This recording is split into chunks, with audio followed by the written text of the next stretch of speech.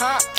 Hey, I'm tryna win. I'm tryna win in the 716 and I'm making it big. I wanna live. I think I'm ready to. Yo, what's good, man? This is Easy Pincha Podcast back here, part 2 with the one and only, Glory Boy, and I have our special guest. What's poppin'? Pop, pop, pop. What's poppin'? But yeah, bro. So like I said earlier, we kind of had to get into a little more about your life for people to get to know exactly who you are before we get deeper into some more details about your business, how everything came up, and we have a video to watch in the middle of the interview as well that we're gonna be reacting to from Dr. Umar. Oh, all right. Yeah, but yeah. So I mean, let's go ahead and just talk about what's popping. I want to talk about what's popping. What's the meaning behind it? What's popping? To be honest, we just came up with the name, because we were always saying what's popping, say what up or hello. I figured it was kind of a good play on words. Right. And it just really kind of took off. Love to Buffalo for supporting it and, getting behind me, on a bunch of different occasions. Right. And also, you mean saying hello, but is there like a deeper meaning behind it? Because you mentioned, because we've had like a couple conversations that you mentioned that it's not just you making popcorn for the community, but also there's a message behind it to kind of like bring everybody together. Yeah, I preach the misconception of people. I truly do, because I feel like I'm judged all the time. I think we all are. We do it subconsciously. I have found though that my perception and the way I look is one thing, and then when people get to truly know me or have a conversation with me, I tend to leave some sort of lasting impression. And that's kind of always my goal. Sometimes I'm a little too in your face, but that's just who I am. And, we jamming the business down your throat if you give me the opportunity, And so I feel like there's so many ways the concept rolls that some people just assume I sell popcorn. And that's cool, because I do. But, it's deeper than that. And, creating that legacy, like I said earlier, for my kids and always repping the homies, 19th. That's where we first started. And, man, I got love, especially for the homies that show me love. And I find a lot of young homies, always rep me. So, it's love to them. Shout out to them. And also, you keep mentioning your homies. So, when you first started your business, how did it go about having people around you, supporting you and so on? And how did you kind of work with them in order to kind of build up? Yeah, I think we had a good team. Everybody played their part. Everybody knew what was going on. We did social media. We were doing big events. We still are. I think sometimes people you lose the vision. And I understand that. We've gotten so many people. How you being successful selling popcorn?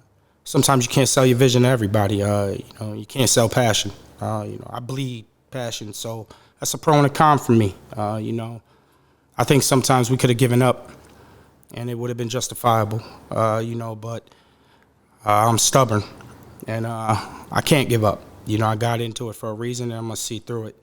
Right. So for me, I take the storms a little bit harder, and I understand sometimes people gotta go, some people, they need a break, and it is what it is, but I salute anybody who's had a hand in it and, got me to this point and, showed love when they showed love. But, sometimes people turn on you, and I think that's just life, and it happens, whether it's intentional or not. But sometimes you just break ties because you have to. All right, definitely. And also you mentioned coming from west side of Buffalo and also living in the suburbs. Did What's Poppin' start in the suburbs or? Nah, What's Poppin', man, What's Poppin' started at Larkin Square. I was a chef over there, and we started sending black truffle popcorn out as like a side salad. Me and the homie Dave in the back, we laughed about it starting at Ferry and Shenego because or me especially, we rep 19th. And at that time, those neighborhoods, were rough coming up. And, I salute the homies out there, and sometimes I feel like a lot of these homies get overlooked. A lot of them have such phenomenal talent, but we judge them based on where they live or what they do. A lot of them are unbelievable fathers. You know what I'm saying? And I'm all about showing love to the homies, and that's why I call my kids little homies. That's why, I'm always repping the homies. I stay true to myself. I never change who I am. And that's just who I am. So yeah, man, Ferry and Shenango's where it first started, though. We laid out the store. That was dope. Everybody showed love. Store got broken into, and I think that was like the real change of what's popping. It really blew up. Did you find out who broke into that store? I mean, was it like one of our own, or was it? Yeah, man. Like a lot of people ask me that, because we never really let that out, But we figured that out, and that's just that. It's okay.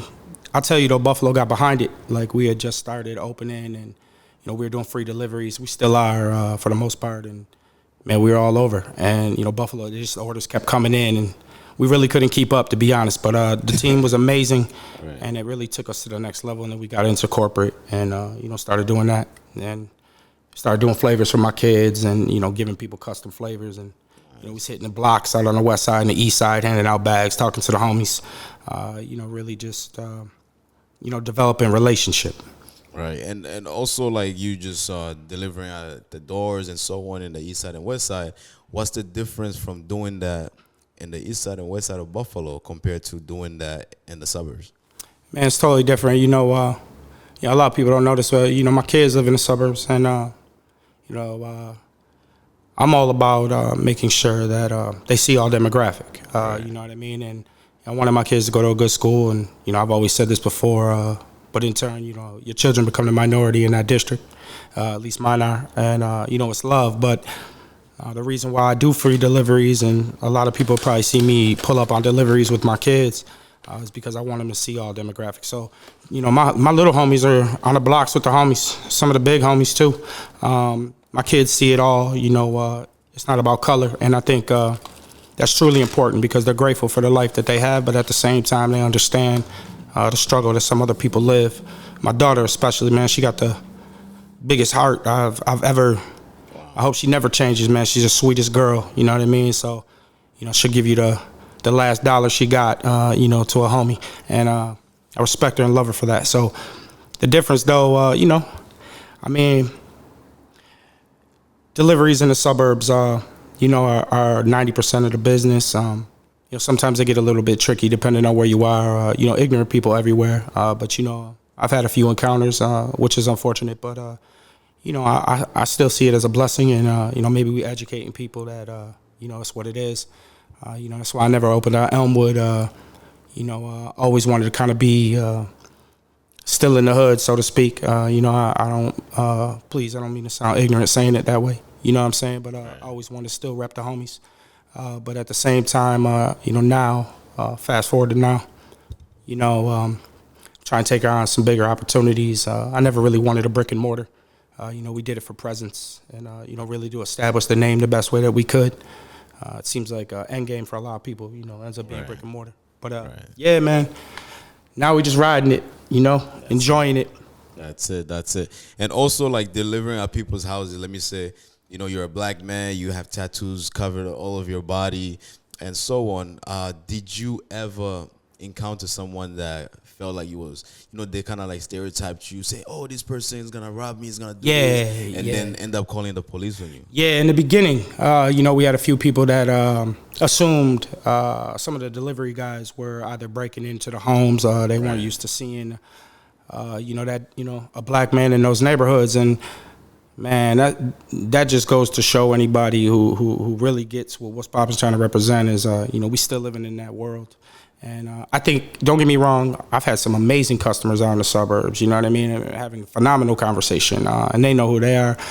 But I understand some people are still a little leery.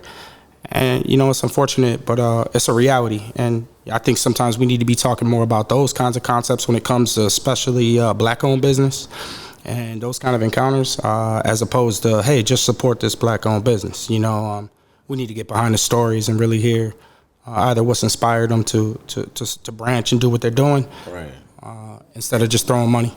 Right. I mean, that's true. That's true. And also, since I mentioned your tattoos, I see you have a lot of tattoos. But Yeah. how would you describe it to someone that was to someone that was to kind of like try to stereotype you and tell them exactly what your tattoos mean to you, just in general? Man, like I said earlier, man, my body's a canvas. All my tattoos tell a story, about the things that I've been through or encountered in my life. I think we all can relate to that. So I'm most certainly not that person to act like my stories are any better than others. But I've been through so much. The journey's been crazy. I've only been doing this for like 4.5 years. My life prior to that was, crazy. I live in chaos, you know what I mean? And so when people ask me about my tattoos or how to start a business, and, my first question is, how much you want to sacrifice? Get behind that, you know what I mean? And you got to hit rock bottom sometimes to become truly successful. I've learned that. And my purpose is I'm still climbing. I'm still shining. We still grinding. And, Forever Poppin's about to lay out. So I'm still, humble and blessed, bro. Amen, bro. That's it. I mean, that's it. And then, boom, right there, you just humbled them. Because, a lot of people judge people by the cover, but they don't kind of like see the deeper, like they don't. The deeper spirit within that person. Especially, I mean, even right now, you're just a genuine guy, trying to provide for your family. I appreciate it, Trying to provide for your family, making sure that your kids are straight. And that's the most important thing. That's one thing that I really applaud because as a black community, you don't get a lot of fathers, so many fathers doing something to set their kids straight, because if you're looking at white communities and so on, their kids are born with trust funds. Yeah, they are. Like every kid is born with a trust fund already. And that trust fund leads until they graduate high school for them to be good by college and after college and so on. And we're a product of our environment. Like, I understand, I'm a product too. You know what I mean? And sometimes the way you come up is all you know. And I tell you, like, from a kid growing up in the hood who also grew up in a suburb, what's the term? Public housing, subsidized housing. I thought we lived in a mansion, but, apparently we were in the hood in the suburbs, and man, it's sad because all we doing is keeping up with the Joneses. Now I go to a homie's house in the suburbs and he's living in the cul-de-sac with the big house. You want that. You strive to have that as a kid. That's your dream, and then you get older, so we're all chasing something.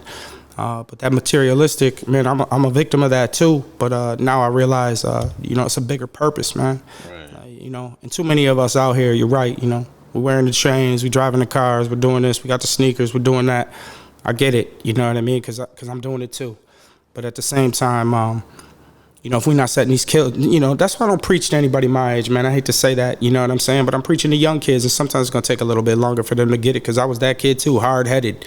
It took me a long time to realize, but you know what? You'll find a diamond in the rough that you can mentor and motivate them and build them, and he becomes a workhorse. And not only that, he's the most passionate, loyal individual.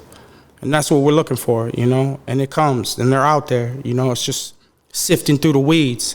And while you're doing that, you still got to educate the ones that are ignorant and don't really get it, Right. I think as a black man, every day we got to be educating somebody, and unfortunately, that's just the way of the world. Accept that, you know what I mean? And get these young homies, before somebody else does this, and teach them the right way. Right. No, that's true. Because I watched this one video from Dr. Omar, because I watch him a lot sometimes. And he mentioned something that you just kind of like said, a few things that kind of relate to it, where as an older person mentoring the young person, he said in the term that old people, they're there to spread that wisdom, and young people are there to fight the war. So like young people are there to go ahead and fight that war, while the older people have already fought that war. So right there, their duty is to kind of like help out the young people maneuver through life. It's so true. It's so true. And unfortunately, we live in a world where a lot of these young kids don't want to hear that. And I was in that world too. I'm a 90s baby, 80s baby. Like, you listen to your OG, you're supposed to. You know what I mean? But a lot of us didn't until it was too late. Or, right. And we need to really spend more time, especially the older people, educating and really having these true conversations with kids. Sometimes it's not about talking business. You know what I mean? It's just talking to individuals that you can relate to. Right. And that's the one thing about the tattoos and the way that I stroll is that I seem to always, have these conversations with a lot of homies, and they seem to show me love. And Right. all we can do is share the story. We can't fabricate nothing. This is just what it is. I want to actually, because you mentioned about older people talking to the young people, but because a lot of times there's older people within our communities who gets jealous or who gatekeep from the young people. Like they don't want to see the younger person, grow up or just making something out of themselves at a younger age because they didn't do that themselves. Yeah, man. But do you think like we still have like most of those people doing that, and how can we kind of like break that curse? Man, you spitting facts right now, bro. Like my favorite thing I always say, man, is unfortunately, nobody wants to see you do better than them. Right. Everybody wants to support you and they want to see you be successful. Of course they do, but I think once people start to think that you may surpass them, especially in the older generations, listen, some people are just dreamers. We live in a different world now. Not everybody's just working a 9-to-5 job, chasing that pension. You got young kids coming up very young, being extremely successful. That should motivate the older generations to maybe want to invest or get into some new things. I never wanted to do what's popping forever. I just wanted to get it to a platform where we could invest in other things safely. And then watch it create a compound. What's popping was the first brand. Now we have many subdivisions coming off of what's popping. And that's kind of where the kids come in, and they could create their dreams off the brand. And try to give other opportunities to other young kids. And you're right. And a lot of these OGs, the older generation, they don't want to share the knowledge, or maybe their knowledge is misconstrued, or times have changed and the knowledge they have to give doesn't work anymore. Right. They should respect the youth and respect these young kids and what they're trying to do.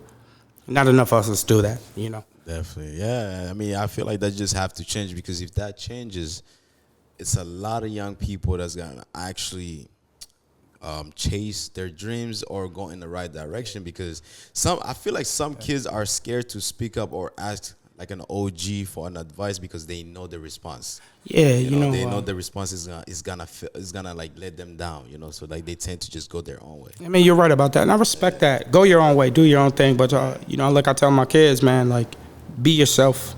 Not everybody's gonna like you, bro. You're not in it to be, that guy. To be liked, right? Be proud of yourself. Stay confident. Be humble. Be respectful. If you have to get out of line, make sure it's justifiable. You know what I mean? To live your life and enjoy every single moment. I don't think a young person truly understands that till they get to be an old person, right? Like, I think it takes time and things that you've gone through in your life before you truly become that. But when you have the right people around you that can motivate you and manifest that, it's love. And at my age now, I'm learning that because I don't keep a lot of people around me, because trust is hard, but at the same time, then you meet good people and you start to question yourself, like, you know what? You got to loosen up a little bit and give people opportunity, because you don't want to get there by yourself. Right. You want a team with you. Definitely, bro. So now let's get straight into another special topic here. I want to talk about Juneteenth. Juneteenth is a month. I mean, let's call it a month. Okay, it's a month of supporting black businesses, supporting minorities, just in general. Just making sure the people that are being forgotten within society are also being remembered. Yeah. And I feel like when it's Juneteenth, that's when I see a lot of black people supporting black businesses. But as soon as Juneteenth ends, they forget about black businesses, For real. So what's your opinion on that? You're right. You're absolutely right. I've learned that over the years. June and February, tend to be, the busiest months. I'll be honest with you, man. Like, it's not something that I truly support. Man, I support all black people. It's love. I support all people. You know what I mean? Even the ignorant ones. It's just the life we live in. But I never liked that. I'll be honest. It wasn't something that I really enjoyed. I feel like we should just be supporting everybody all the time. And Right. I just think it's so important. If you got a business, support the business. But I understand too. There's some times where you can't financially support every business, but at least you pick a couple that you show love to or show respect to, Right. and continue to support them. But I feel like we don't have enough people preaching that. And maybe I'm wrong, but I feel like your question tends to fall to the wayside, and we're not doing enough to really advocate, for that representation for all black-owned business year-round, But I've experienced it for sure, Definitely. And I mean, that's what kind of like make you even stronger. Actually work 10 times harder, because going through that, feeling like your own people are not supporting you as much as you feel like they're supposed to be supporting you, kind of like if you let that get into you, you will lose everything. Yeah. Yeah, you can't let it get to you. And to be honest with you, like, I know that my price points are high, so not everybody can. Not everybody could come in and buy a bag of popcorn for the whole family. And I understand that, and I take ownership on that, And it's time to maybe have what's popping as a dollar bag at the bodegas, and post it up along the East Coast at all the corner stores and show that love. Because I was a corner store boy, so I get it. So, before I could sit and speak on it and say that, make sure I say that, because I do get it. But I think it's more or less for the people that call me and say, hey, listen, I want to support a black-owned business. Is that the real? Did you just call me for that? Or, like that approach to me, I tend to take it to heart, as opposed to maybe just calling and supporting. You don't have to throw it in my face. Like you know what I mean? That makes sense. That makes sense. But, to each his own. For me, I don't like it. So normally if somebody calls and says that, they don't need to support me, I'll send them somewhere else. Right. No, that makes sense, because then they're only doing it because of that image right there. Like, they don't want to look bad within the community. Right. So they're not doing it with one heart. Right. They're basically doing it with two hearts, just, because they want to be liked and they want to be, included. They do. As the ones that supports the black-owned businesses. Yeah, and I don't take any, I don't take any disrespect by it, by any means, because you're right. They have two hearts, and I'm sure what they're doing is just trying to support. But there's a better approach. We're all people. You know what I mean? Right. We didn't see color when we were kids. You know what I mean? Somehow, some way, we, that came up along the way. But, when we were young homies, we never saw color. And that's what I tell my kids, we don't see color. We just see good people and bad people. Amen. See good people and bad people. But yeah, so now let's go straight into this video. Let's listen to what Dr. Omar said. That's why I brought up that point right there, because I want us to kind of like react to this and just let the people know what we think. No doubt. You ready? Have to eat, Envy. Rob and steal. So we're going to create vagrancy laws. If I catch you stealing anything, guess what? That's a felony. I'm going to put you on the chain gang, and you're going to be on the chain gang for 10 years for stealing a lollipop. This is what they did. You could go to jail for not having a job. You could go to jail for being homeless. They made simple, petty offenses major felonies. So that from the beginning of so-called emancipation, the prison system existed for one reason: to remove black men from the society. The jail is a slave ship that sits on land instead of water. But here's the point I need y'all to get. The reason we're struggling so much as a people is because we're not given systematic access to wealth. Let me give you an example. Chinese, Arab, East Indian, they come to America. They can walk into any bank and get a loan. Mm-hmm. Not all of them, but many of them. In fact, some of them don't even have to get a loan from Wells Fargo, Chase Manhattan, or Bank of America, and I'm just using them to make the point. They show up in America with a long line of credit from their native country. They come into the ghetto, open up 10 stores, 5 supermarkets, 3 hotels. Black folks still struggling. And then people look at us and say, you know why you're struggling? Because you're lazy. The Chinese guy over here been here 5 years. The East Indian been here 10 years. The Arab only been here 8 years. He got 5 gas stations. What's your excuse? Let me tell you what our excuse is. We are systematically denied access to wealth. Do you understand? So we can't build that hospital they built. We can open up 10 supermarkets. I can't get 10 gas stations in 3 weeks because you're going to routinely deny me access to wealth. You'll give me a small business loan. And here's the kicker. Let me ask you a question. Why would they give you a loan for a student loan for college? They'll give you a car loan for the car. They'll give you a loan for your house. So you can get a mortgage loan. You can get a student loan. You can get a car loan. But you can't get a business loan. Wait a minute now. The education is going to cost me $100,000. The car is going to be about $70,000. The house is going to be $250,000. Why do you approve that, but you don't approve the business loan, which is probably for half the amount? Because if I finance your empowerment. That disrupts my system of extermination and genocide. You cannot kill a people who you are financially empowering. So we are kept without access to wealth. That's why the hood is full of mom and pop stores. That's why the hood is full of struggling businesses, because America has a policy where you do not empower black people for their own benefit. Any other minority? Yes. Why? Because if they get out of hand, they can be sent home. The black man cannot be sent home. Slavery is older than America. America was born on July 4th, 1776. Slavery in the colonies began on August the 20th, 1619. Now, with that said, how could an economic boycott work? Because we was talking about this morning.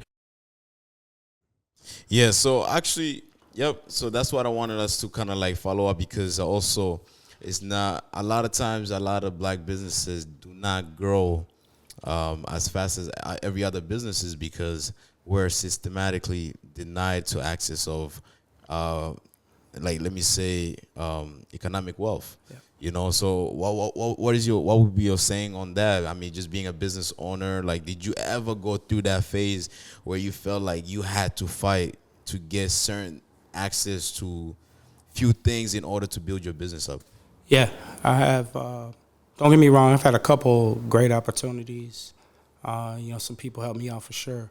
But, man, the journey, leveraging business credit, the back end, financials, man, it's been a journey. I mean, it's hard to tell your story when sometimes you're around so many people that never lived it.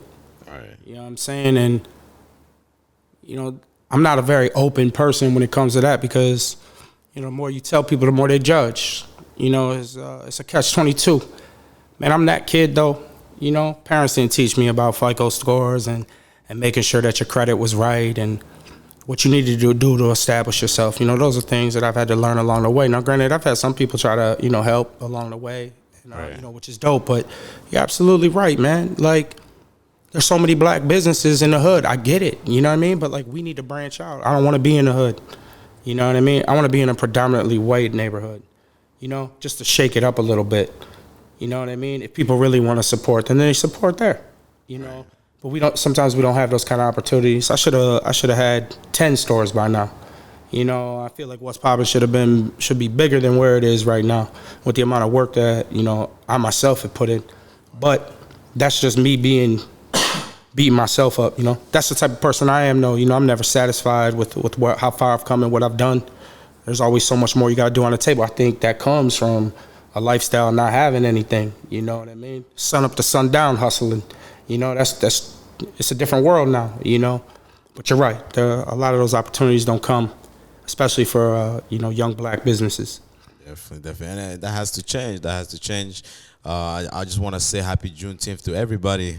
Let's try and work hard, because, I mean, as you see, he mentioned how, like, the Arabs, the Chinese, and so on, they will work so hard to get those corner stores and so on. And all those things are being supported by their own people.